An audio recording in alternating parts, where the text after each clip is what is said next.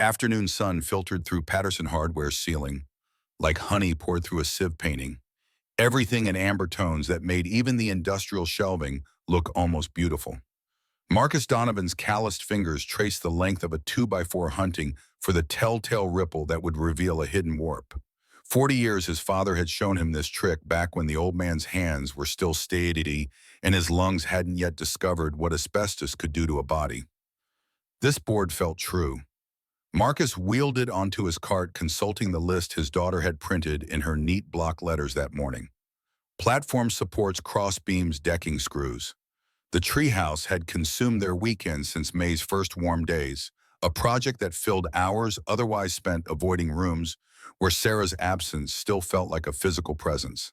867 days since the cancer won. Marcus had stopped actively counting somewhere around month 20, but the number remained lodged in his consciousness like a splinter too deep to extract. 2 years, 4 months, 12 days of relearning how to be a complete parent instead of half of a team. Emma materialized at his side, her auburn waves escaping the ponytail he'd attempted during breakfast. She brandished a paint sample the color of a fresh bruise. "This one's called Midnight Violet. What if we did the shutters in this?" And Marcus examined the chip with exaggerated seriousness, though they both understood the cedar planks would reject anything that aggressive. The structure taking shape in their backyard oak was meant to endure decades, maybe shelter Emma's own children someday, when she was grown with a family of her own. But letting her imagine first before practicality intervened with its gentle corrections, that was part of the process. "We should test it at home under real light. These fluorescents make everything look different than it actually is." Emma pivoted toward the paint department with the boundless energy that defined 8-year-olds, her sneakers squeaking against polished concrete. Marcus returned to his measurements pencil lodged behind his ear, where it lived so permanently that removing it felt wrong, like missing a wedding ring. The phoenix tattoo on his left wrist caught afternoon light through the high windows.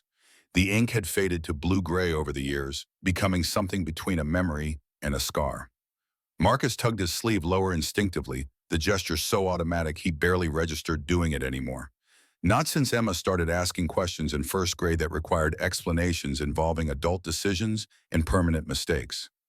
Victoria had sketched the design on a coffee shop napkin back when Marcus was 26, and convinced that matching tattoos represented something eternal. Her concept naturally. She'd specialized in beautiful ideas that reality had no use for, each one delivered with such passionate conviction that disagreeing felt like blasphemy. Two phoenixes learning to fly together, wings spread despite the breaks. They'd gotten inked the same afternoon, her shoulder blade and his wrist, the artist muttering warnings about couple tattoos being cursed, but accepting their cash because some lessons only stick when learned through lived experience. Victoria had vanished into New York 3 weeks after the ink-healed gallery position, and promises evaporating like morning fog. Her texts grew sparse within days. Calls went unanswered.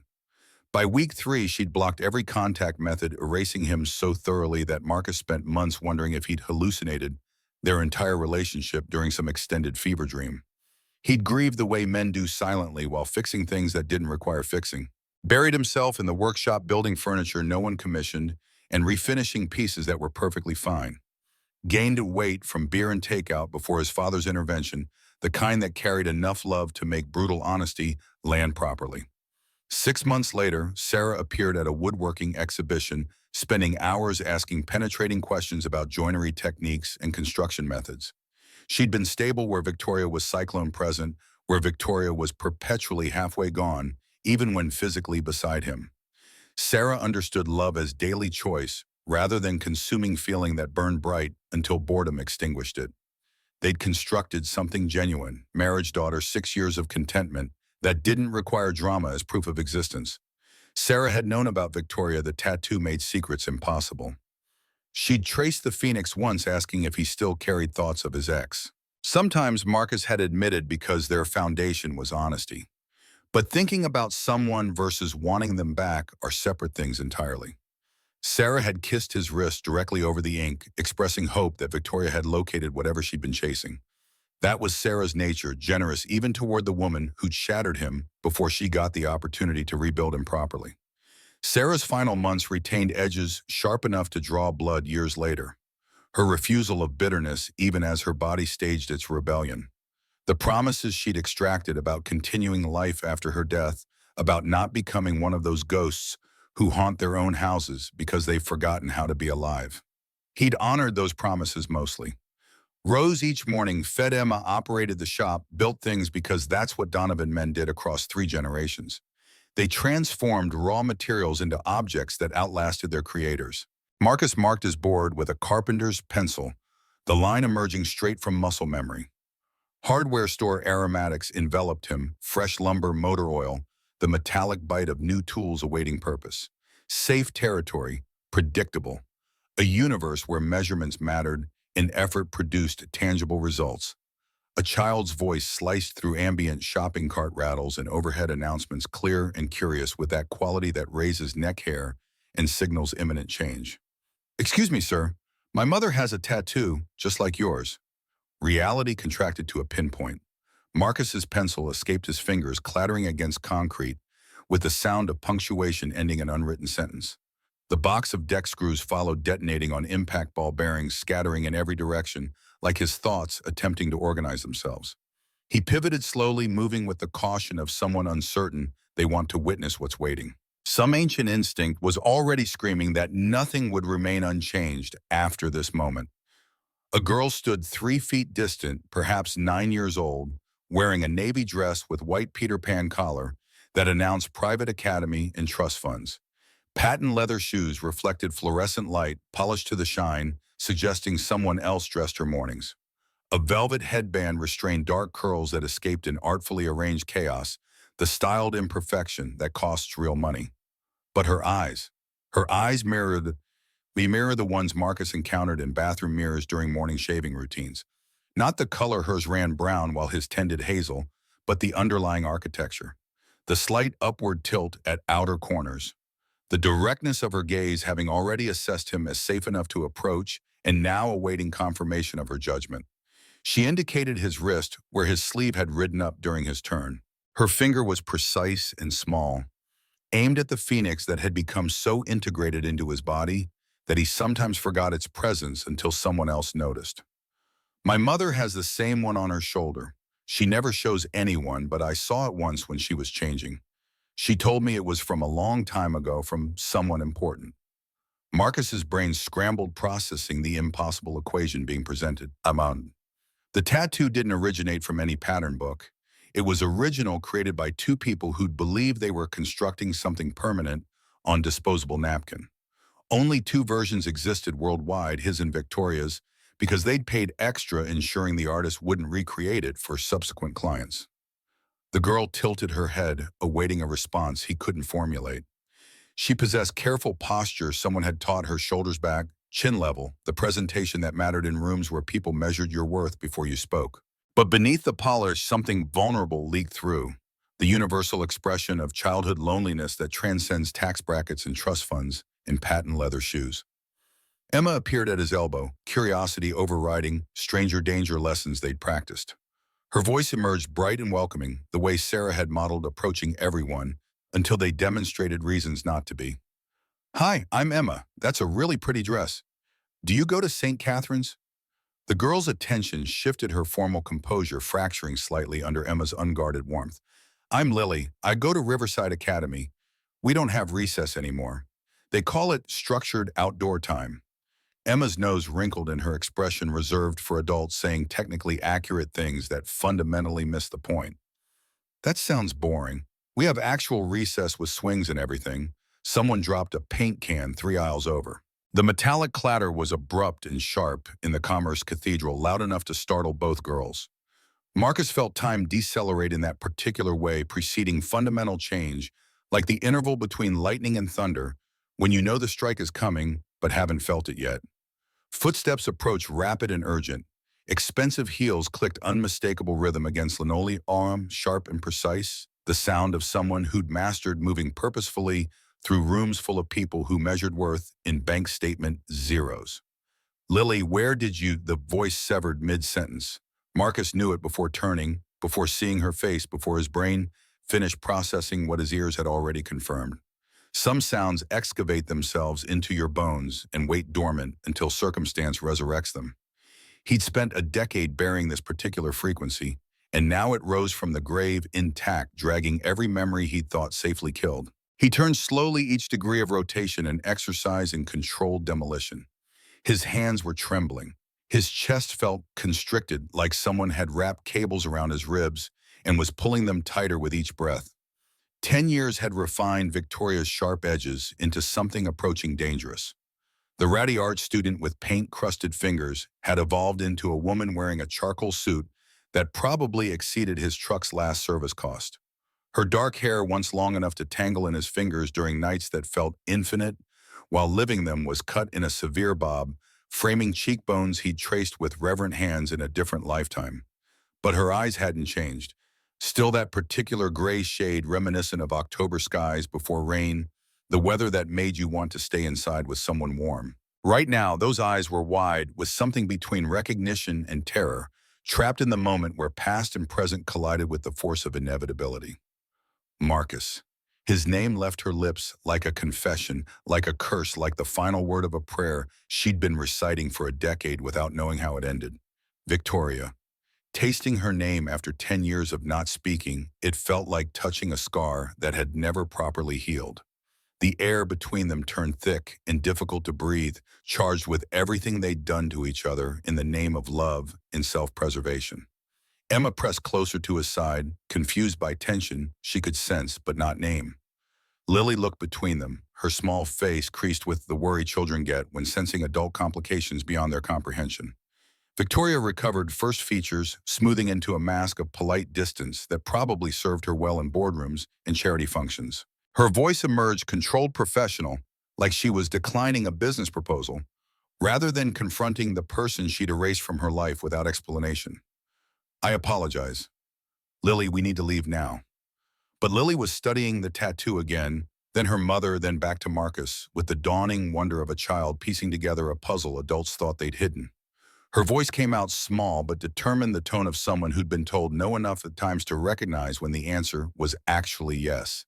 Is he the one from your story? The one about the phoenix who found another phoenix and they learned to fly together before the storm came? Victoria's face went pale beneath her expensive foundation. Marcus felt something crack inside his chest, a structural failure he couldn't name. Hardware store sounds faded to white noise, everything narrowing to this moment, this question, this child who somehow knew things she shouldn't be able to know. What story? But Victoria was already taking Lily's hand, already pivoting toward the exit with the desperate grace of someone fleeing a crime scene. Her words came out rushed and broken, nothing like the controlled professional who'd spoken 10 seconds earlier. I'm sorry. We have to go. I'm sorry. She moved toward the door, pulling Lily along, but the girl looked back over her shoulder. Marcus saw it clearly now in afternoon light, streaming through high windows. The shape of her nose was his. The way her eyebrows arched when curious, the stubborn set of her jaw that he recognized from every mirror he'd ever faced, from every photo of his father and grandfather that lined the workshop walls. Emma's voice was small beside him, confused and worried in equal measure. Dad, who was that lady? Why did she run away? Marcus couldn't answer. He was too busy calculating, months counting backward, remembering the last night he had spent with Victoria before she disappeared. The hotel room neither could really afford rain against windows. Promises they'd made about calling and making distance work, about love being enough when you wanted it to be. 9 months. Lily was 9 years old. The math was simple and devastating and impossible to ignore. Now that he'd seen her face, heard her voice, watched her look at him with his own eyes set in features that were half Victoria and half him. The automatic door slid open. Victoria and Lily disappeared into the parking lot, into a Mercedes that probably cost more than Marcus made in 2 years. He watched them drive away, his daughter frozen in hardware store wreckage, his other daughter asking questions he couldn't answer because his throat was too tight, and his brain was still trying to process an equation that changed everything about the last 10 years of his life. Emma tugged at his sleeve, her voice rising with the fear children get when their parents stop functioning properly. Dad, are you okay? Marcus forced himself to breathe, to focus, to be present for the daughter who was here and not the one who'd just driven away in a German luxury vehicle. He knelt down so they were eye level, taking Emma's small hands in his larger ones. I'm okay, kiddo. Just saw someone I used to know. Someone I haven't seen in a very long time. The lie tasted like copper on his tongue, but he couldn't explain the truth when he didn't fully understand it himself yet. Emma studied his face with Sarah's perceptive eyes, seeing more than he wanted her to see, but young enough to accept the incomplete explanation. Can we still get the paint?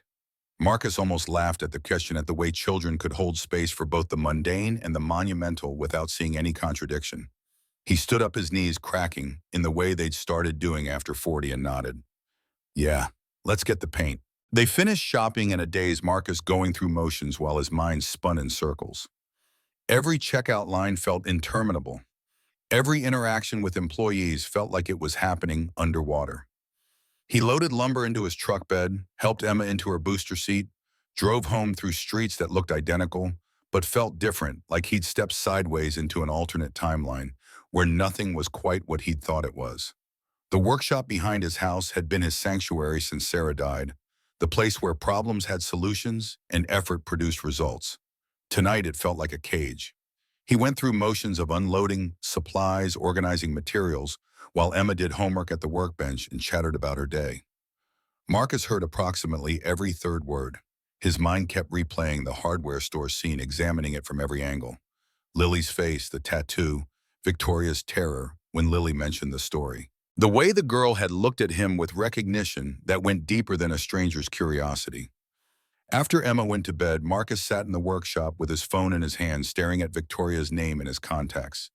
He'd never deleted it, even after she'd blocked him, even after meeting Sarah, even after building a whole life that had nothing to do with the girl who'd vanished into New York with his heart and apparently his child. His finger hovered over the call button for 10 minutes before he set the phone down. What was he supposed to say? Did you have my daughter and forget to mention it? Were you pregnant when you left? Why did you run away today like you were being chased by something more than just an uncomfortable coincidence? Sleep didn't come that night. Marcus lay in bed watching the ceiling fan rotate, counting blades, because it was easier than counting the questions piling up in his mind. Sarah's pillow still smelled faintly like her shampoo, a ghost of lavender that was probably his imagination, but felt real enough to hurt. If Lily was his daughter and everything in him knew she was, despite the lack of confirmation, why had Victoria kept it secret? Why disappear completely instead of telling him? He'd loved her once, loved her with the kind of intensity that feels like drowning and flying at the same time. When she'd left for that gallery position, he'd offered to follow, to pack up everything and start over in New York, because that's what you did when you love someone.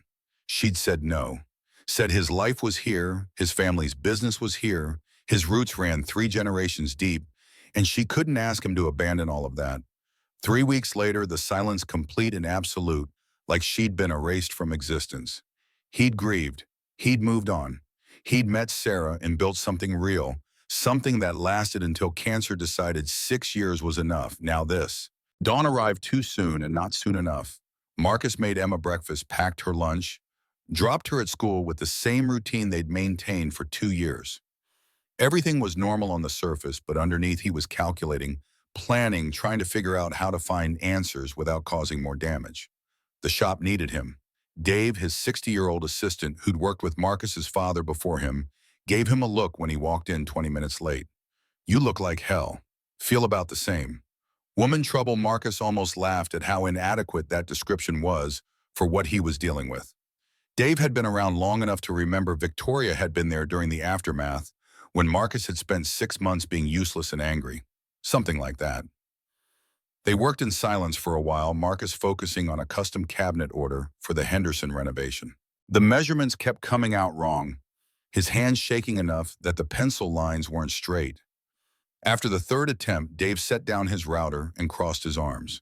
You gonna tell me what's eating you, or are we going to keep wasting good walnut until you get your head straight? Marcus stared at the board he'd just cut a 1/4 inch short. In 15 years of professional woodworking, he'd never made such a careless mistake. Dave's expression said he'd noticed and was waiting for an explanation that made sense.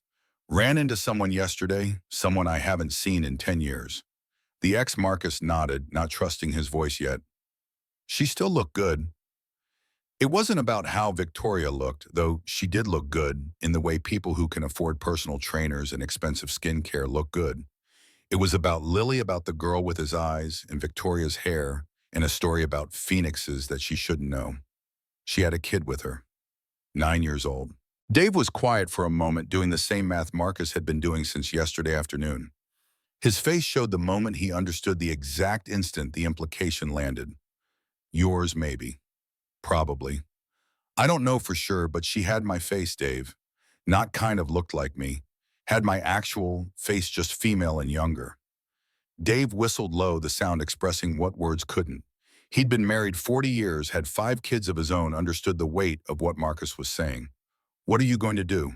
Marcus set down the measuring tape he'd been holding like a lifeline. I have no idea. The problem was the not knowing. If Lily was his daughter and every cell in his body screamed that she was why, had Victoria kept it secret? She could have told him before leaving, could have called or written or sent a message through mutual friends. Instead, she'd vanished so completely that Marcus had spent months wondering if something terrible had happened to her, if she would dead in a ditch somewhere, and he'd never know. He'd even called hospitals at one point, checked police reports before accepting that she'd simply chosen to erase him from her life without explanation. That kind of abandonment left marks that didn't heal properly, scars that pulled tight when the weather changed. Monday dragged into Tuesday. Marcus went through motions, filled orders, picked up Emma from school, made dinner they both barely touched. Emma kept asking what was wrong, her 8-year-old intuition picking up on tension he couldn't quite hide. Nothing, kiddo, just tired. The lie sat heavy between them, but how was he supposed to explain something he didn't understand himself? How do you tell your daughter that she might have a sister, that her father might have another child he'd never known about, that the past was suddenly present and nothing made sense anymore? Wednesday morning brought rain, the kind of steady downpour that turns everything gray and makes people drive 10 miles under the speed limit. Marcus stood at the workshop window watching it fall, coffee going cold in his hands, when his phone buzzed with a text from an unknown number. We need to talk. Victoria. His heart kicked against his ribs. She'd unblocked him or gotten a new number or finally decided running wasn't going to work anymore. He stared at the message for a full minute before his fingers could remember how to type. When the response came immediately, like she'd been waiting with her finger over the send button. Tonight, after Lily's asleep. I'll send you an address. The address arrived 5 minutes later, coordinates to a neighborhood Marcus had only ever driven through on his way to somewhere else. Old money territory where houses hid behind stone walls and ancient trees, where wealth was so established it didn't need to announce itself. He texted back a single word. Okay, the day crawled past. Marcus rebuilt the same cabinet joint 3 times before Dave physically took the tools out of his hands and told him to go home before he hurt himself or someone else. Emma had a play date after school, giving him a few hours to sit in the empty house and try to prepare for a conversation he had no idea how to have. At 7, he showered and changed into clean clothes, suddenly aware that he probably smelled like sawdust and wood stain. Not that it mattered. This wasn't about impressing Victoria. This was about getting answers to questions that had been building for 36 hours straight. The drive took 20 minutes through rain that had softened to mist. The gate opened at his approach, clearly expecting him, and Marcus followed a winding driveway through manicured gardens that probably required a full-time staff to maintain. Past fountains and sculptures that belonged in museums, past hedges shaped into geometry that nature would never create on its own. The house itself was a modern masterpiece of glass and steel, all clean lines and soaring spaces that seemed designed to make visitors feel small. This wasn't just art gallery curator money. This was something else entirely: inheritance and trust funds, and the kind of wealth that came with responsibilities and complications Marcus couldn't begin to imagine. Victoria answered the door herself, barefoot in jeans and an oversized sweater, her hair loose around her shoulders in a way that made Marcus's chest ache with sense memory. She looked younger like this, closer to the girl he'd known, the one who'd laugh until she couldn't breathe and paint until dawn, and talk about changing the world through art like it was something actually possible. Come in. She stepped aside to let him enter a foyer that was more gallery than home. Soaring ceilings, carefully curated paintings, sculptures that probably cost more than his house. Everything tasteful, expensive, perfect, and somehow completely soulless. Lily's asleep. Her room's on the 3rd floor. She won't hear us. Victoria led him through the house to a study lined with floor-to-ceiling bookshelves, poured them both whiskey from a crystal decanter, without asking if he wanted it, and handed him a glass with shaking hands. They stood like that for a moment, not quite facing each other, while the weight of 10 years pressed down on the space between them. Outside, the rain had stopped, but water still dripped from gutters and eaves, a steady percussion that filled the silence. Victoria spoke first, her voice flat with the careful control of someone who'd rehearsed this speech in mirrors and empty rooms until it sounded almost natural. Her name is Lily Ashford. She's 9 years old. She was born on March 14th at Presbyterian Hospital in New York City. She likes art and mathematics, plays violin at a pre-conservatory level, speaks 3 languages, and has never had a birthday party with more than 2 other children present. She paused, took a long drink of whiskey, and continued. She's also never met her father, has no idea who he is, and I've spent 9 years making sure it stays that way. The words were meant to hurt, and they did. Marcus pushed past the pain to the only question that mattered. Is she mine? Victoria finally turned to face him. The raw anguish in her expression made him take an involuntary step forward. Yes. The confirmation hit him like a physical blow, even though he'd known, even though the math was simple and the resemblance was undeniable.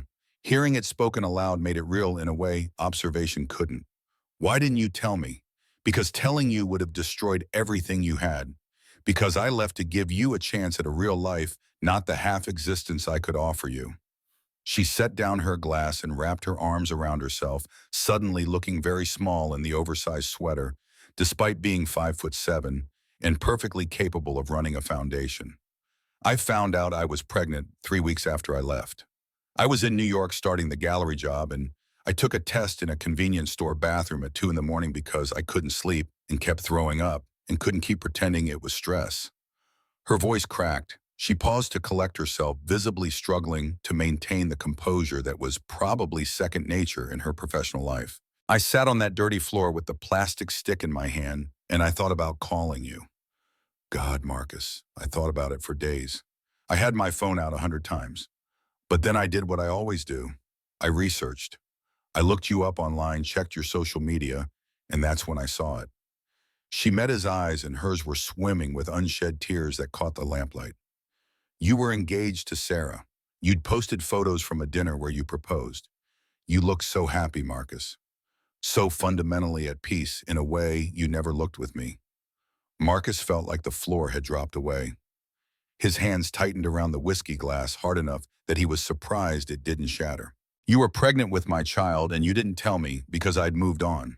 The anger in his voice was sharp, but underneath it was something much more complicated: grief for the choice Victoria had made, and the years he'd lost, and the daughter who'd grown up without him because someone else had decided that was best. Victoria laughed, but it was bitter and broken. Not just moved on, you'd found what you needed. Sarah was gone. Even in those photos, I could see she was steady present, everything I wasn't. I was chaos, Marcus. I was ambition and restlessness, and always looking at the horizon instead of what was right in front of me. I would have pulled you away from your family, your business, everything that grounded you. And for what a relationship that was already falling apart before I left. She pressed the heels of her hands against her eyes, trying to hold back tears through sheer force of will. I loved you enough to let you be happy, even if it meant raising our daughter alone. The silence that followed was heavy with all the different futures that had died that day in a New York bathroom. Marcus's voice, when he finally found it, was rough, scraped raw by emotions he couldn't fully name. You didn't just decide for yourself, Victoria. You decided for me, for Lily. You took away my choice. She nodded slowly, tears finally spilling over despite her efforts. I know, and I've lived with that guilt every single day. But Marcus, you need to understand. I didn't just disappear. I came from money, old money that my family had been managing for generations. When my father died 6 months after Lily was born, I inherited the Ashford Foundation. Millions of dollars property investments, all of it tied up in trusts and legal structures that would have made co-parenting a nightmare. She turned to face him fully now, and he saw the exhaustion carved into her features, the weight of 9 years of secrets and lies and managing an empire while raising a child alone. I wasn't just some art student who got lucky with a gallery job. I was a trust fund kid trying to build something on my own before the money swallowed me. And when it did, when I became Lily's only parent and sole heir to everything my family had built, I made a choice. I built walls. I kept her safe. I kept her private. And I told myself that giving you up was the price of that safety. Marcus sat down in one of the expensive leather chairs, his hands trembling too badly to hold the glass anymore. He set it on a side table that probably cost more than his truck. Did Sarah know? Victoria shook her head. How would she? I made sure every trace of my pregnancy disappeared. Used my mother's maiden name at the hospital. Had the birth registered under a different surname initially. Changed it legally when Lily was 6 months old. I was thorough, Marcus. Ruthlessly thorough. She paused, then added softly, I'm sorry about Sarah. I read about it online. I thought about reaching out then, but what? You thought I'd had enough suffering. Didn't need to know I had another daughter. The words came out harsher than he'd intended. He saw Victoria flinch, saw her retreat into the professional mask that kept everyone at a safe distance. I thought you deserved to grieve in peace. I thought adding this truth would only multiply the pain. That wasn't your call to make. But his anger was fading now, replaced by something more complex. Grief for all the moments he'd missed, mixed with understanding he didn't want to feel. He thought about those years with Sarah, how complete they'd seemed, how Emma's arrival had felt like the perfect fulfillment of their family. If Victoria had told him about Lily, then what would he have done? Left his pregnant wife, split his time between two families. The scenarios played out in his head, and none of them ended well. Maybe Victoria had been right. Maybe her silence had been a strange kind of gift, allowing him to love Sarah and Emma without the complication of divided loyalties. But now Sarah was gone, and the secret had found its way to light anyway, and Marcus couldn't decide if this was fate or just terrible timing. Why didn't you tell me when Sarah died? You had 2 years. 2 years where telling me wouldn't have destroyed an existing family. Victoria's face crumpled, the professional mask shattering completely. Because by then I was terrified. Terrified you'd hate me. Terrified you'd take Lily away. Terrified she'd hate me for keeping you from her. I'd built this entire life on the story that her father was a brief relationship that didn't work out, that he didn't know about her and was happier that way. She was crying now, tears streaming down her face unchecked. I told her he was a good man who loved building things, who had kind hands, and would have loved her if he'd known she existed, but that sometimes adults make choices they can't undo. Her voice broke completely. I told her about the tattoos, showed her mine, told her somewhere in the world was a person with the matching one who carried a piece of her in his heart, even though he didn't know it. It was the only truth I could give her. Marcus moved without thinking, crossing the space between them and pulling her into his arms. She collapsed against him, 10 years of held tears finally breaking free. He held her while she shook with the force of them, and he was crying 2 silent tears for everything they'd lost and everything they'd done to each other in the name of love and protection and fear. They stood like that for a long time, 2 people who tried to protect each other in the worst possible ways. While upstairs a child slept who was proof that some secrets are too big to stay buried forever, that the past eventually catches up no matter how fast or far you run. When Victoria finally pulled back, her face was blotchy and her eyes were red, and she looked more real than she had in 10 years. More like the girl he'd known and less like the polished executive who'd answered the door. What do we do now? Marcus wiped his own face with the back of his hand, taking a shaky breath that didn't quite fill his lungs. Now you tell me everything. Every birthday I missed, every milestone, every word she said, and steps she took. You tell me about her, really tell me. And then we figure out how to be honest with her together. Victoria nodded slowly, relief and terror warring on her face. She asks about you, about her father. She has this fantasy that you're out there somewhere, that someday you'll find each other and it'll be like a fairy tale. I've tried to prepare her for disappointment, but she's so hopeful, Marcus. She's got your stubbornness in my dreaming, and it's this heartbreaking combination of wanting the impossible and believing she can make it happen through sheer force of will. Marcus felt something fierce and protective surge through him. This was his daughter, a person who'd existed for 9 years without him, but who'd been hoping for him anyway, building a father in her imagination from scraps of stories and a matching tattoo she glimpsed on her mother's shoulder. Tell me everything. Start from the beginning and don't leave anything out. So she did. They settled onto the floor of that expensive study, backs against a leather couch that probably cost more than Marcus's truck, and Victoria told him about the daughter he'd never known. Lily was born 3 weeks early during a thunderstorm that knocked out power in half of Manhattan. Victoria had labored alone except for a nurse who held her hand through contractions, no family present because she'd told them she was traveling for work. The baby came out screaming with her fists raised, like she was ready to fight the world, 6 pounds, 4 ounces of fury and determination. The first 3 months were hell. Lily had colic that no amount of rocking or formula adjustments could touch. She'd scream for hours, inconsolable, until Victoria learned that humming just the constant vibration of sound would calm her enough to sleep. So Victoria hummed until her throat was raw, until the building superintendent complained about the noise at 3 in the morning until she could barely speak above a whisper during the day. Lily's first word was more because she was always hungry for everything. More food, more books, more music, more life crammed into each waking moment. At 3, she conducted an invisible orchestra with a wooden spoon so serious about it that Victoria found her a real violin teacher. The woman declared the child had perfect pitch and refused payment for the first year of lessons, insisting it was an honor to teach someone with such natural talent. At 5, Lily was reading chapter books and asking questions about death and infinity that Victoria had no idea how to answer. Where do we go when we die? What's at the edge of the universe? If time is infinite, does that mean everything that can happen will happen? Victoria showed Marcus photos on her phone, baby pictures she'd never posted anywhere, kept locked in encrypted folders. Lily at 6 months with a gummy smile, and Victoria's dark hair already thick. Lily at 2 covered in finger paint and delighted by the mess. Lily at 4 standing on a box to reach her violin bow, held with the concentration of a surgeon performing delicate surgery. At 7, she started asking why she didn't have a dad like other kids at school. I told her the truth as gently as I could, that her father was a good man who didn't know she existed, that circumstances had kept us apart, that it wasn't about her being unwanted. Marcus's voice came out strangled. What did she say? Victoria's hands trembled as she scrolled through more photos. She asked if she could meet you someday. I told her maybe when she was older. She accepted that, but then the nightmares started. Dreams about being forgotten, about searching for someone who didn't exist.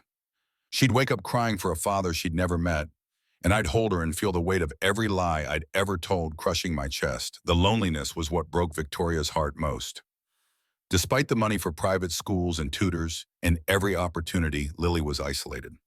The other wealthy kids sensed she was different, a foundation heiress being raised by a single mother in a world where lineage and traditional families still mattered. Their parents whispered at pickup speculation about the Ashford heirs' mysterious origins.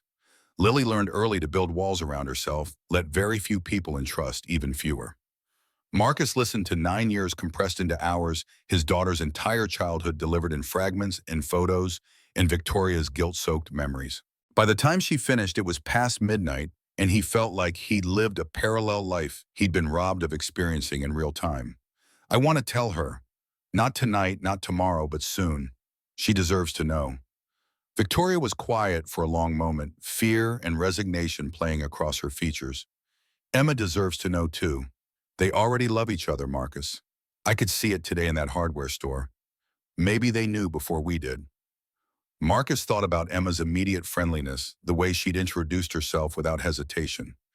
About how right it had felt, watching them talk like puzzle pieces, sliding into place before anyone realized there was a puzzle to solve. They're sisters. However we got here, whatever we did wrong, they're sisters and they should get to be sisters.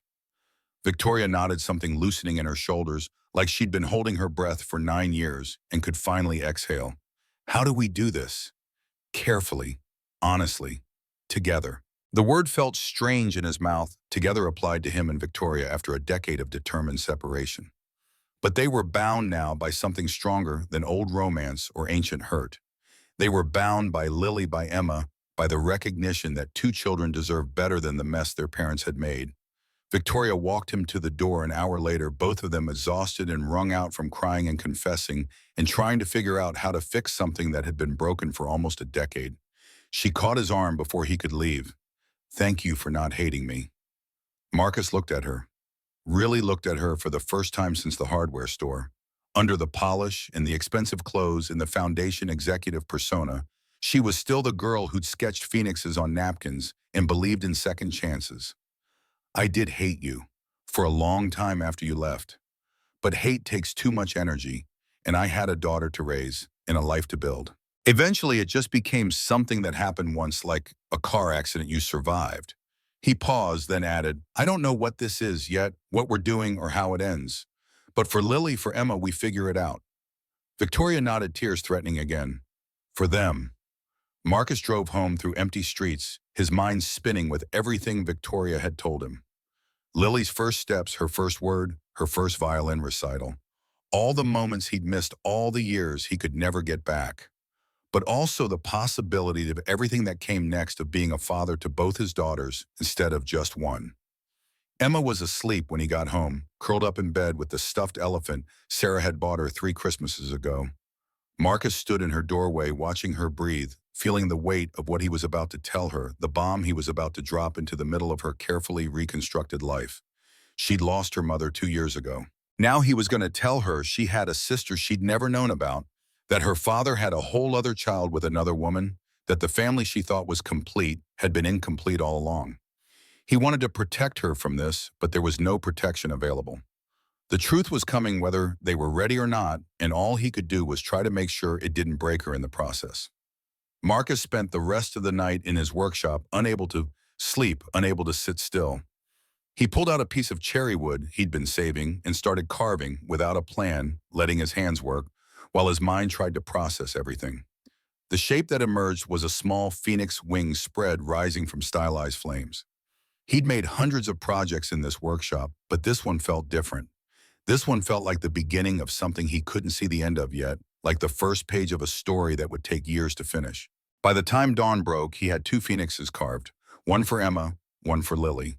Sisters who didn't know they were sisters, yet connected by blood and circumstance, and a father who was just now learning how to be a father to both of them. Morning light streamed through the workshop windows, catching dust motes that danced like the ones in the hardware store where everything had changed. Marcus set the carvings on his workbench, these small physical proofs that broken things could be made whole through patience and care. His phone buzzed with a text from Victoria. Thank you for listening, for not giving up on her. He typed back, she's my daughter. I don't know how to give up on that. Outside, a cardinal sang from the oak tree where the treehouse waited, half finished, a project he'd started before knowing he had another daughter who needed a place to feel safe. He'd have to make it bigger, now make room for 2 girls instead of one, make sure there was space for everyone who needed to belong somewhere. Marcus looked at the phoenixes on his workbench, at the promise they represented, and felt something shift in his chest. The past 10 years had been about surviving loss, about keeping his head above water, and making sure Emma was okay.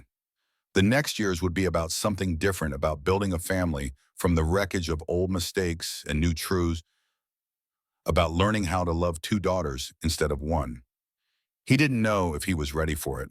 But ready or not, the storm had arrived, and all he could do was weather it and hope they all came through intact on the other side. The sun climbed higher, painting the workshop gold. Marcus picked up one of the carved phoenixes, feeling the smooth wood under his fingers. This was just the beginning. The hard part, telling the girls, navigating Victoria's family complications, figuring out how to be a father to a daughter who'd existed for 9 years without him, all of that was still coming. But for now, in this moment, with morning light streaming through the windows and sawdust floating in the air, like suspended possibility, Marcus allowed himself to feel something he hadn't felt in years. Hope. Terrifying, uncertain hope that maybe, just maybe, they could all find their way through this together. The hardware store had been the lightning strike. Everything that came next would be the thunder, the aftermath, the reckoning. Marcus set the phoenix down and headed inside to wake Emma for school, to start another day of the life that had just fundamentally changed without her knowing it yet. Soon he'd tell her. Soon they'd face this together. But for now, he'd give her one more morning of the world as she understood it before everything shifted, and the family of 2 became a family of 4, whether they were ready or not. The following Saturday arrived with the kind of perfect autumn weather that felt like mockery. Brilliant sunshine, temperatures warm enough for short sleeves, leaves just beginning their transformation into fire colors. Marcus stood in his driveway at noon watching Victoria's Mercedes pull up with the same tightness in his chest he had carried for 5 days straight. They'd texted constantly since Wednesday night. Careful planning logistics, trying to script something that couldn't be scripted. How do you tell 2 children that their worlds are about to fundamentally shift? That the family structures they'd understood their entire lives were incomplete? that secrets had been living in the spaces between what they knew and what was real. Victoria emerged from the car, first dressed down in jeans and a simple blouse, her hair pulled back in a way that made her look younger, more like the girl Marcus remembered. Lily climbed out of the back seat, confusion evident on her face. "Why are we here?" Victoria's hand trembled slightly as she smoothed Lily's dress. "Because Emma's dad, Marcus, invited us over." "Remember him from the hardware store?" Lily's face lit up with recognition that made Marcus's throat tight. "The man with the matching tattoo." "Yes, sweetheart. Him." Emma appeared on the porch, drawn by the sound of car doors. Marcus watched his daughters see each other, watched something pass between them that adults couldn't name but children recognized instinctively. Emma's smile was genuine, uncomplicated, by the knowledge that was about to detonate in the center of her life. "Hi, Lily, do you want to see the treehouse? We've been working on it forever." Lily looked to Victoria, who nodded. The girls disappeared around the side of the house, their voices fading into the backyard, leaving the adults standing in charged silence. "How do we do this?" Marcus's question hung in the air between them. Victoria wrapped her arms around herself despite the warmth. "Honestly, simply, we tell them the truth and then we deal with whatever comes after." They followed the sound of the girls' voices to the backyard where Emma was already explaining the treehouse construction with the enthusiasm of someone who'd invested months of Saturdays into its creation. Lily listened with the intense focus she apparently brought to everything, asking questions about weight distribution and structural integrity that made Emma laugh. "You sound like my dad. He's always talking about that stuff." Marcus and Victoria exchanged glances. Now or never. Marcus cleared his throat and both girls turned their faces open and curious. "Girls, we need to talk about something important. Why don't you both sit down?" The shift in atmosphere was immediate. Children had radar for serious adult conversations. Emma's smile faded. Lily's shoulders drew up in that defensive posture Victoria had described, the one she adopted when she sensed something was wrong. They sat on the grass side by side without planning it, and Marcus felt his heart crack a little at how right they looked together. He knelt down so he was at their level, Victoria beside him, and for a moment no one spoke. "How did you start a conversation that would change everything, Emma? You know how you've said sometimes you wish you had a sister?" Emma nodded slowly, her green eyes suddenly wary. "You do. You have a sister. Lily is your sister." The words landed like stones and still, water ripples spreading outward. Emma looked at Lily, then at Marcus, then at Victoria, her 8-year-old brain working through implications that would take adults weeks to process. "I don't understand. How can Lily be my sister? She has a different mom." Marcus had rehearsed this part 100 times in his head, but nothing prepared him for the reality of explaining adult mistakes to a child who trusted him to always tell the truth. "A long time ago, before you were born, before I met your mom, I knew Victoria. We were close, and then she moved away and we lost touch." Lily was staring at him now, something dawning in her expression that was equal parts hope and terror. Victoria took over, her voice shaking. "Honey, do you remember the stories I told you about your father? About the kind man who liked building things?" Lily nodded, not breathing. "He's Marcus, Emma's dad. He's your father too." The silence that followed was absolute. Emma's face cycled through confusion, disbelief, and finally something that looked like betrayal. Lily's eyes filled with tears, but she didn't move, frozen between wanting and believing. "You're my dad." Her voice came out barely above a whisper. Marcus nodded, his own vision blurring. "Yes, I am. I didn't know about you before this week. I just found out when I saw you at the hardware store. But yes, I'm your father." Lily launched herself at him with the force of 9 years of waiting. She hit his chest hard enough to knock him back, her small body shaking with sobs as she clung to him like he might disappear if she loosened her grip. "I knew it. I knew when I saw the tattoo. Mother, I knew." Marcus caught her, held her, felt his daughter crying against his shirt, while his own tears fell into her dark hair. This was his child, the reality becoming visceral in the weight of her, the sound of her voice breaking on the word dad. But Emma hadn't moved. She sat frozen on the grass, face working through emotions too complex for an 8-year-old to name. Victoria started to reach for her, but Emma pulled back, eyes fixed on Marcus with something that looked like betrayal. "You lied. You all lied." Her voice cracked on the accusation. Lily went still in Marcus's arms, suddenly aware that joy for her meant pain for someone else. Sweetheart, it's complicated. Adults made mistakes and we were trying to... Emma cut Victoria off, still looking at Marcus. How long did you know about her? Marcus felt his throat close. He'd known this question was coming, had practiced answers that suddenly felt like more lies. A few weeks. Emma's face crumpled. Weeks. You knew for weeks and then didn't tell me. She was off the grass and running before anyone could stop her. Footsteps pounding up the porch stairs, doors slamming with finality. Marcus moved to follow, but Victoria caught his arm. Let me. She headed inside while Marcus stood in his backyard with Lily still clinging to him. Both of them frozen in the wreckage of a moment that was supposed to bring them together, but had instead torn something else apart. Lily pulled back to look at his face, her joy already dimming as she processed Emma's reaction. Does Emma hate me now? Marcus cupped her face in his hands, seeing his own features reflected in hers, the nose, the jawline, the stubborn set of her mouth when she was trying not to cry. No, baby. She doesn't hate you. She's just scared and hurt and doesn't understand yet. Can I call you that, Dad? The question broke him. Marcus pulled her close again, his voice rough.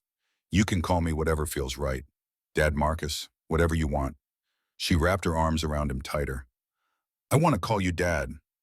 They stayed like that while Victoria's voice filtered down from upstairs, murmuring soothing words punctuated by Emma's angry responses, too muffled to make out. Marcus held his daughter, one of his daughters, and felt the impossible weight of trying to be enough for both of them. When Victoria finally came back down, her face told him everything. She shook her head slightly. She's not ready to come down. She's angry, Marcus. Really angry. Lily looked between them, her earlier joy completely extinguished. Maybe we should go. I don't want to make Emma more upset. The mature way she said it, the careful consideration for someone else's feelings, reminded Marcus painfully of how isolated she must have been her whole life. Always reading the room, always adjusting herself to fit into spaces that weren't quite meant for her. No, this is hard, but it's real. We don't run away from hard things. But even as he said it, he wasn't sure. Maybe they'd rushed this. Maybe they should have prepared the girls better, given them more time to process before forcing them together. The rest of the afternoon was excruciating. Lily stayed close to Marcus, afraid to move too far, asking quiet questions about his work in the treehouse and his life. Emma remained upstairs, refusing to come down even when Marcus went up to try talking to her. She wouldn't open her door. Through the wood, he could hear her crying, and it tore him apart knowing he'd caused this pain. He pressed his palm flat against the door. I'm sorry. I should have told you sooner. I was scared and I handled it wrong. You promised. After Mom died, you promised we'd always be honest with each other. The accusation landed like a physical blow because she was right. He had made that promise during those terrible weeks after Sarah's funeral, when Emma had nightmares about him disappearing too. He'd sworn he'd always tell her the truth, always be there, always choose her first. You're right. I broke that promise, and I'm sorry. Silence then quietly. Are you going to love her more than me? Marcus's heart cracked open. He pressed his forehead against the door, wishing he could pull Emma into his arms. Never. Impossible. You're my Emma. Having another daughter doesn't make me love you less. It just means my heart has to grow bigger. That's what you said before. But now she's here and you smile at her the way you used to smile at Mom. The observation was devastating in its accuracy. He had been falling for Lily, drawn to her quick mind and her hunger to learn, her determination to master whatever she attempted. It didn't replace his love for Emma, but Emma couldn't see that distinction yet. Can I come in? Please. After a long pause, the lock clicked. Marcus opened the door to find Emma on her bed, face red and splotchy, clutching the stuffed elephant from her mother. She wouldn't look at him and yet look at him. He sat on the edge of the bed, not touching, giving her space to be angry. Lily needs me because she never had a dad. I get that. But I need you too.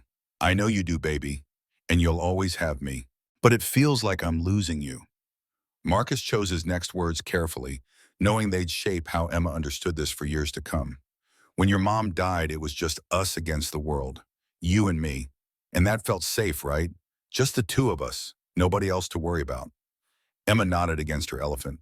But safe isn't the same as good. Your mom wouldn't want us to close ourselves off from other people just because loving them is scary. She wants us to be brave enough to let our family grow, even if it's messy and complicated. Emma finally looked at him, her green eyes swimming. But Lily gets you all the time now, and you get me every other day, every morning and every night, every school pickup and every bedtime story. Sharing me doesn't mean losing me. Promise, promise. You're stuck with me, kiddo. Forever. She let him pull her into a hug, but Marcus felt the tension in her shoulders, the way she didn't quite relax against him the way she used to. Trust had been damaged. It would take more than promises to repair it. When they finally came back downstairs, Victoria and Lily were sitting on the couch in careful silence. Lily's eyes were red from crying, and she looked up when Emma appeared with such hope on her face that Marcus felt his chest tighten. Emma stayed close to Marcus, watching Lily with guarded eyes. The easy friendliness from earlier had evaporated, replaced by careful distance. Lily stood up slowly. "I'm sorry, I didn't mean to mess up your family." Her voice was small and formal, retreating back into the polished politeness that was probably her default when she felt unsafe. Emma looked at her, then at Marcus, then back to Lily. "It's not your fault." The words came out grudging, but they came. It was something. Marcus would take something over nothing any day. Victoria suggested they should go, giving everyone space to process. Lily hugged Marcus goodbye with desperate intensity, making him promise 3 times that this was real, that he wasn't going to disappear now that she knew the truth. After they left, Marcus and Emma sat in silence. She leaned against him on the couch, and he wrapped his arm around her, and neither of them spoke because there were no words that could make this easier. That night, Marcus lay awake thinking about how to fix this. Emma deserved time to adjust. Lily deserved a father who'd been missing for 9 years. He was one person trying to be enough for 2 daughters who both needed all of him. His phone buzzed with a text from Victoria.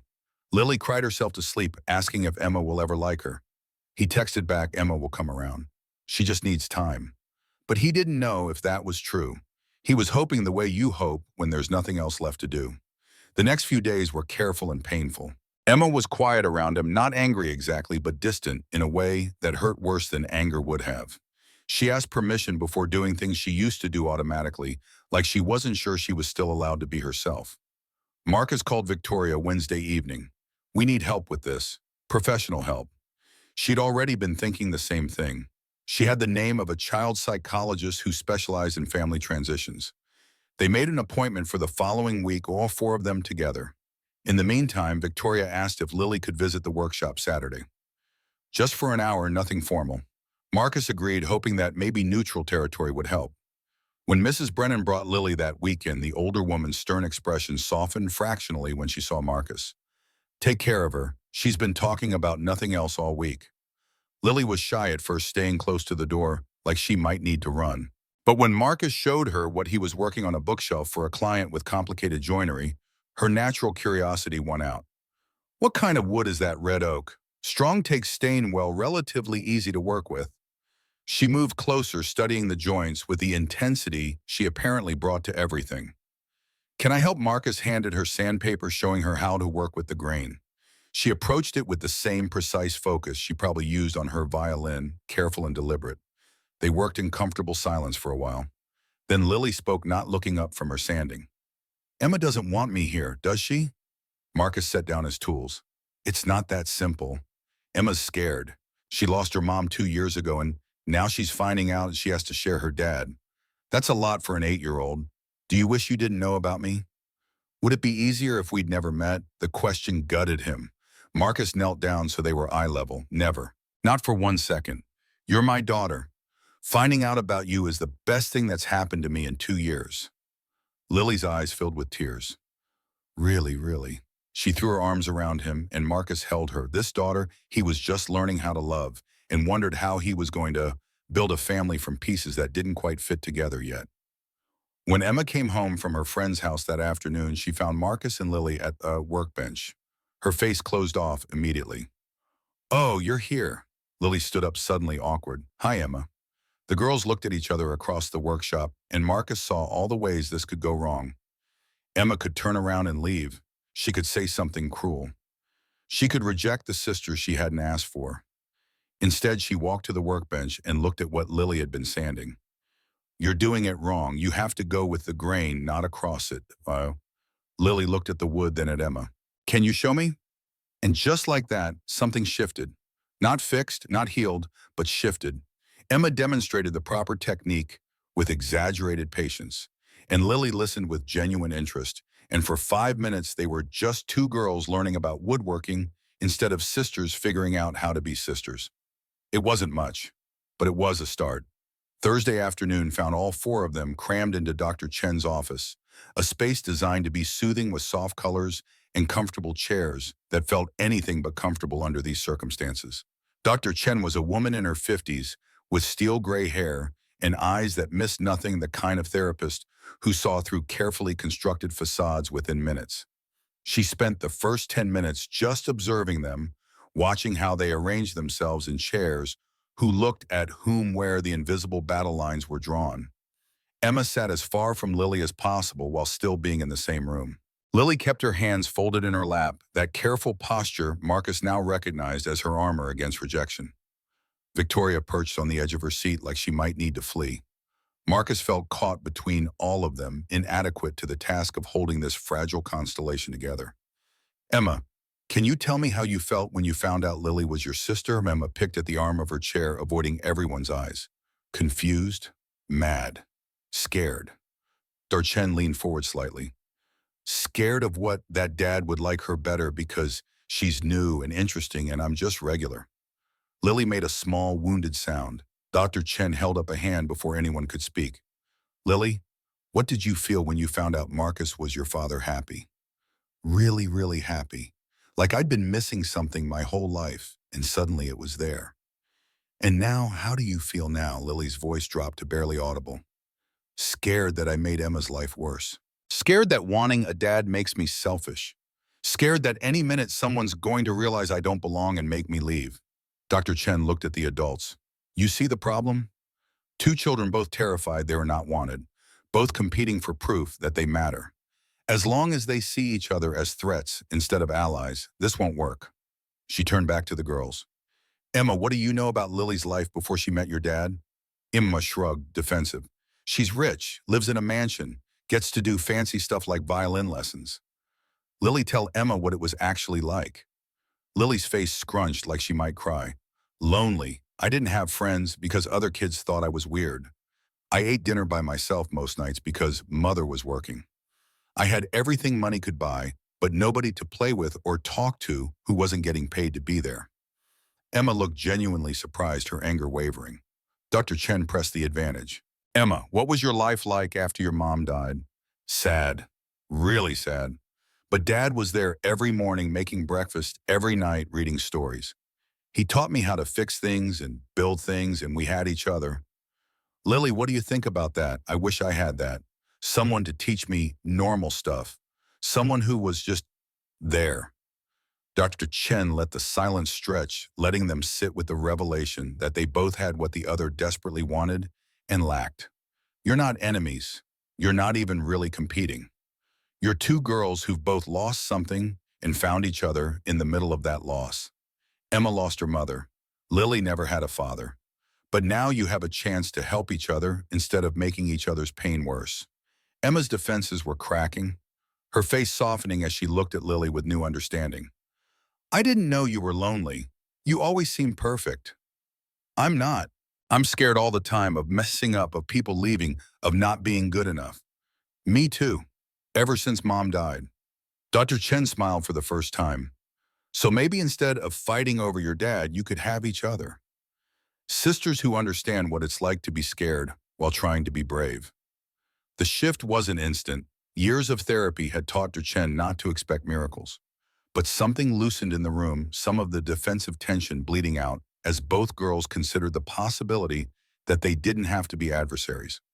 On the way home, Emma was quiet in the back seat. Finally, she spoke, her voice small but determined. Can Lily come over this weekend? For real, not just because we have to. Marcus met her eyes in the rearview mirror, hope blooming in his chest. Yeah, kiddo, I'll ask her mom. That Friday night, both girls slept over at Marcus's house.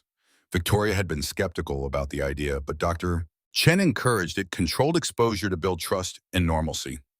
Marcus set them up in Emma's room with sleeping bags and more pillows than necessary snacks, within reach flashlights for shadow puppets. They were tentative with each other, at first polite in a way that felt fragile. But then Emma pulled out her collection of favorite books and started reading one aloud. Lily curled up beside her to see the pictures, and something shifted. The formality dissolved into genuine interest, questions about characters, becoming questions about each other. By midnight, they were giggling over some private joke Marcus couldn't follow from downstairs, where he and Victoria sat with coffee, listening to the sound of their daughters becoming sisters. This is working. Victoria's voice carried disbelief and relief in equal measure. It's a start. I'm moving the foundation offices here, opening a branch in town. Marcus looked at her, surprised. You're leaving New York. Lily needs her father close. I need to be where Lily is. The foundation can operate from anywhere. Turns out I don't need Manhattan to prove I'm more than my trust fund. She turned to look at him in the dim kitchen light. I spent 9 years building walls and protecting money and trying to control everything. Time to try something different. The nightmare hit around 3 in the morning. Lily's screams woke the entire house high and terrified and completely inconsolable. By the time Marcus got upstairs, she was thrashing in her sleeping bag, caught in some dream he couldn't reach. Emma was awake and crying, scared by Lily's panic, but not sure what to do. Marcus knelt beside Lily, calling her name, until she surfaced enough to recognize him. Even then, it took 15 minutes of breathing exercises and constant reassurance before she could speak. I dreamed you forgot about me, that I came to visit and you didn't remember who I was. Her voice was small and broken. 9 years of abandonment, fears condensing into one terrible image. That's not going to happen. I promise. I'm not going anywhere, Lily. I'm your dad. That doesn't change. Emma watched from her bed, seeing Lily's terror with new eyes. When Lily finally calmed enough to stop shaking, Emma climbed down and crawled into the sleeping bag next to her without asking permission. I get bad dreams too, about my mom disappearing and my dad forgetting to come home. But Dad's always there when I wake up. He'll be there for you too. Lily turned to look at Emma, both girls' faces tear-stained and exhausted. You promise, yeah. And if you have bad dreams, I'll wake you up. That's what sisters do. The word sisters hung between them, tentative and new. Lily reached for Emma's hand, and Emma let her take it, and they fell asleep like that, tangled together, holding on. Marcus stood in the doorway, watching them breathe in sync, feeling Victoria appear beside him. She was crying silently, and he understood. This was what they'd been fighting for, what all the pain and mistakes had been leading toward these two girls who needed each other, learning how to be what the other needed. The peace lasted exactly 5 days before Victoria's uncle complicated everything. Marcus got served papers at his workshop on a Tuesday afternoon, legal documents filed by James Ashford seeking guardianship review. The language was dense and threatening, citing concerns about Marcus's suitability as a parent given his working-class background and lack of resources to maintain Lily's standard of living. Dave found him sitting on the workshop floor, papers scattered around him, too angry to speak. What's that rich people trying to take my daughter away because I'm not rich enough to deserve her? Dave picked up one of the documents, squinting at the legal language. You going to fight? Marcus looked at his employee friend's surrogate uncle, who'd known him since he was Emma's age. With what, I can barely afford a decent lawyer, let alone the kind Victoria's family probably has on retainer. So you roll over. Let them win because they have deeper pockets. Marcus thought about Lily's face when she called him dad for the first time, about Emma's slow warming toward her sister, about the family they were trying to build from wreckage. No, I fight. Victoria called that night, furious in a way he'd never heard. I didn't authorize this. My uncle went behind my back, using old family clauses I didn't even know existed. I'm fighting it, Marcus. My lawyers are already drafting responses. Maybe he's right. Maybe Lily deserves better than a workshop and a 2-bedroom house. Victoria's voice went sharp. Don't you dare. Don't let him make you doubt yourself. Lily doesn't need a bigger house. She needs you. She needs someone who teaches her to build things and doesn't care if she gets dirty. Someone who bandages her scrapes and lets her fail without judgment. Money can't buy that, her voice softened. I chose wrong 10 years ago. I chose protecting money over protecting love. I'm not making that mistake again. The legal battle stretched over 6 weeks of depositions, character witnesses, home inspections that made Marcus acutely aware of every scuff mark and outdated appliance. James Ashford's lawyers painted him as well-meaning but inadequate, someone who couldn't provide the educational opportunities and social connections Lily would need to manage her eventual inheritance. Marcus's lawyer, a fierce woman named Patricia Chen, who worked pro bono after hearing his story, built a different case. Testimony from Emma's teachers about Marcus's involved parenting. Dr. Chen's professional opinion that Lily's relationship with Marcus was therapeutic and necessary for her mental health. Character witnesses from neighbors' clients. Father Tony from the church who'd known Marcus since childhood. And Victoria, who spent 3 hours on the stand explaining her choices, defending Marcus's character, and making it crystal clear that she wanted him fully involved in Lily's life, regardless of what her uncle thought about working-class fathers. The judge ruled in Marcus's favor with one condition: DNA testing, to legally establish paternity before formal custody arrangements could be finalized. The results came back days later, 0.97% probability. The number was meaningless. Marcus had known the truth the second he saw Lily pointing at his tattoo, but it made everything legal and indisputable. Formal custody agreements were drafted. Joint legal custody, with Lily spending 40% of her time with Marcus, 60% with Victoria, due to school district considerations. Marcus's name was added to Lily's birth certificate 9 years late. She became Lily Ashford Donovan, hyphenated proof that two families could become one through sheer stubborn refusal to give up. Thanksgiving marked their first holiday as an official, if unconventional, family. Marcus hosted because Victoria's mansion felt too formal, too much like obligation instead of celebration. He'd been up since 5 preparing Sarah's traditional menu, turkey stuffing, green bean casserole, mashed potatoes from scratch. Emma and Lily took over decorating with more enthusiasm than skill, resulting in construction paper centerpieces that defied both logic and gravity. Marcus didn't care that it looked like an elementary school craft project. His daughters had made it together, arguing over tape and giggling over inside jokes. Victoria arrived at noon with Mrs. Brennan, who'd refused to retire before seeing this situation through. The older woman surveyed the kitchen chaos with her usual stern expression, but Marcus caught her smiling when Emma showed her the calligraphed place cards Lily had made.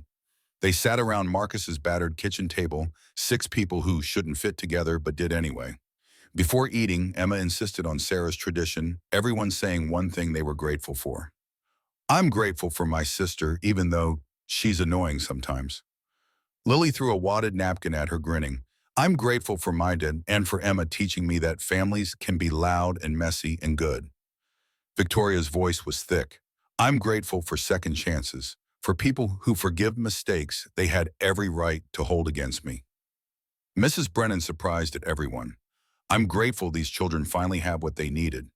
And for Mr. Donovan, who turned out to be exactly the man I hoped he was."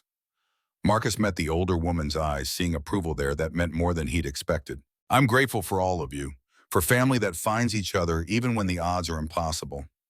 The meal was chaotic and perfect. December brought Christmas preparations and the revelation that Lily had never decorated a real tree. Victoria's decorator handled their mansion displays annually, resulting in magazine-perfect arrangements that looked beautiful and felt sterile. Emma was scandalized. They spent a Saturday at a tree lot picking out a Douglas fir that shed needles everywhere and refused to stand straight. Marcus spent an hour adjusting it while the girls directed from the couch, Victoria documenting the entire ridiculous process on her phone. Decorating was warfare disguised as holiday cheer. Emma had strong opinions about ornament placement. Lily wanted everything symmetrical and color coordinated. They argued about tinsel, about whether bubble lights were tacky or classic, about the proper angel-to-star ratio for tree toppers. The finished tree looked like chaos incarnate, ornaments clustered randomly, tinsel applied with more enthusiasm than skill lights, blinking seizure-inducing patterns. It was the most beautiful thing Marcus had ever seen because his daughters had made it together. Christmas morning, Emma woke Lily at 6 by jumping on the guest bed. Victoria arrived at 7 with more presents than 2 kids could possibly need. They opened gifts in Marcus's living room, wrapping paper carnage spreading across every surface. Lily gave Emma a friendship bracelet she'd made in secret, each bead carefully chosen. Emma gave Lily a carved wooden box Marcus had helped her make a phoenix burned into the lid. "For your treasures. Dad showed me how to do the design. It's like our tattoos, sort of." Lily traced the phoenix with one finger, tears streaming. "It's perfect. I love it." The treehouse reached completion in early January during an unseasonably warm weekend. Marcus had been working on it for 8 months, but the final touches, railings, roof pulley system, were done with both girls helping every step. They carved their initials into the main support beam. MDEDLAD. Marcus added the date and the words Donovan Daughters. Both girls insisted Victoria add her initials too, so VA joined the others in permanent ink. The christening ceremony involved hot chocolate and thermoses, and a sign Emma and Lily had painted Castle Donovan Sisters Only Dad Allowed Sometimes. They hung it above the entrance and declared the structure officially open. That night, despite January cold, both girls insisted on sleeping in the treehouse. Marcus set them up with heated sleeping bags and walkie-talkies linked to the house. He and Victoria sat on the back porch with coffee and blankets, watching lights glow in the treehouse windows. "We did something right." Victoria's voice carried wonder. Marcus nodded, feeling the weight of the journey that had brought them here. Finally, in the treehouse above them, Emma and Lily talked in the darkness, their voices carrying on cold air through the open walkie-talkie. "Do you think about how weird this is? That we didn't know each other 6 months ago and now we're sisters sometimes? But good weird, like finding something you didn't know you lost." "That's deep, Lily. I've been practicing deep. Thanks for not hating me. When you found out, you could have made this really hard." "I did make it hard for like 2 weeks. I was a total brat about it. But you stopped. You gave me a chance." Silence, then Emma's voice smaller. "I was scared Dad would forget about me, that you'd be better than me at everything and he wouldn't need me anymore. That's the stupidest thing I've ever heard. You're Emma. You're the one who knows all his stories and makes him laugh. I'm just catching up." More silence, then rustling as they shifted in sleeping bags. "Lily, yeah, I'm glad you're my sister." "Me too." Marcus and Victoria heard it all through the walkie-talkie. Victoria wiped her eyes, not bothering to hide tears. "They did it. We just stopped screwing up long enough to let them." A year later, Marcus stood in the same Patterson hardware aisle where everything had changed, both daughters with him buying supplies for the garden shed they decided to build next. Emma and Lily walked ahead, arguing about whether they needed more nails or if Dad's estimate was accurate. A woman passed with a small child, doing a double take at the identical mannerisms, the way both girls tilted their heads when arguing, the stubborn set of their jaws, hand gestures that were pure Marcus. "Are they twins?" Emma and Lily looked at each other and burst out laughing. "No, we're just sisters. We have the same dad but different moms. It's complicated but good complicated." Marcus joined his daughters, putting a hand on each shoulder, and felt the weight of the year they'd survived together. The fights and tears, the legal battles and therapy sessions, the slow, painful work of becoming a family. It hadn't been easy, but standing here now, watching his daughters bicker over construction supplies, with the comfortable familiarity of siblings who'd forgotten they hadn't always known each other, Marcus understood what Sarah had meant when she'd said love makes hard things possible, not easy. They'd done the hard thing, and somehow, impossibly, they'd made it through to the other side.